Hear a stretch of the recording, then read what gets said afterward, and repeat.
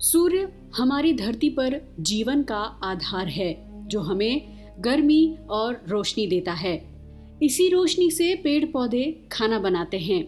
अगर सूरज ना होता तो हमारी धरती पर अंधेरा होता और ये एक बर्फ का गोला होती।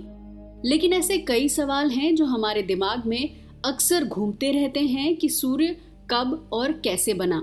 इसमें ऐसा कौन सा ईंधन है जो हर वक्त जलता रहता है, जो कभी खत्म नहीं होता? क्या कभी हमारे सूरज का अंत होगा? यदि होगा तो कैसे होगा? उस समय इस धरती पर जीवन कैसा होगा? ऐसी ही बहुत सी बातें हैं जो हमेशा हमें सोचने पर मजबूर कर देती हैं, जिन्हें हम आज जानने की कोशिश करेंगे। दोस्तों, सबसे पहले हम जानेंगे कि हमारा सूरज कैसे बना। हमारे सौर मंडल की शुरुआत करीब 4.5 अरब साल पहले आकाश गंगा में उपस्थित धूल और गैसों के अत्यंत विशाल बादल से शुरू हुई थी। ये बादल गुरुत्व के प्रभाव से घूमने लगा और सिकुड़ने लगा। गैस केंद्र में ज्यादा सघन होने लगी। ज्यादा गुरुत्वाकर्षण के कारण आसपास की गैस केंद्र की ओर खिंचती चली गई। गुरुत्वाकर्षण की वजह से गैस जमकर ठोस हो गई।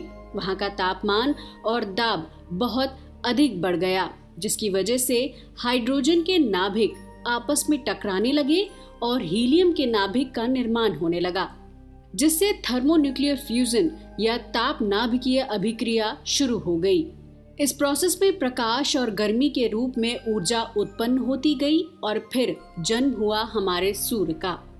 शुरू में इसके आसपास कोई ग्रह नहीं थे, लेकिन गुरुत्वाकर्षण के प्रभाव से चक्कर खाते हुए गैस और बादलों के कण आपस में जुड़ते गए और लाखों साल बीत गए। इस क्रिया में छोटे और बड़े कण आपस में जुड़ते गए और इसने एक बड़े गोले का रूप धारण कर लिया। बची हुई गैस को उसके साथ निकली तेज हवा ने तितर बितर कर दिया, लेकिन इन टक्करों के बाद भी वो आपस में चिपके रहे। गैस के ये बादल सूर्य के चक्कर काटते हुए सघन होते गए और ठोस रूप धारण करने लगे। इस तरह हमारे सौर मंडल का जन्म हुआ और दूसरे ग्रह भी अस्तित्व में आए। दोस्तों, तो ये थी सूरज के जन्म की कहानी।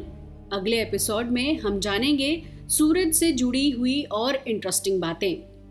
तो आज के लिए बस इतना ही। अगर वीडियो पसंद आया हो तो इसे लाइक करें और शेयर करें। साथ ही इस चैनल को सब्सक्राइब भी करें। जय हिंद दोस्तों।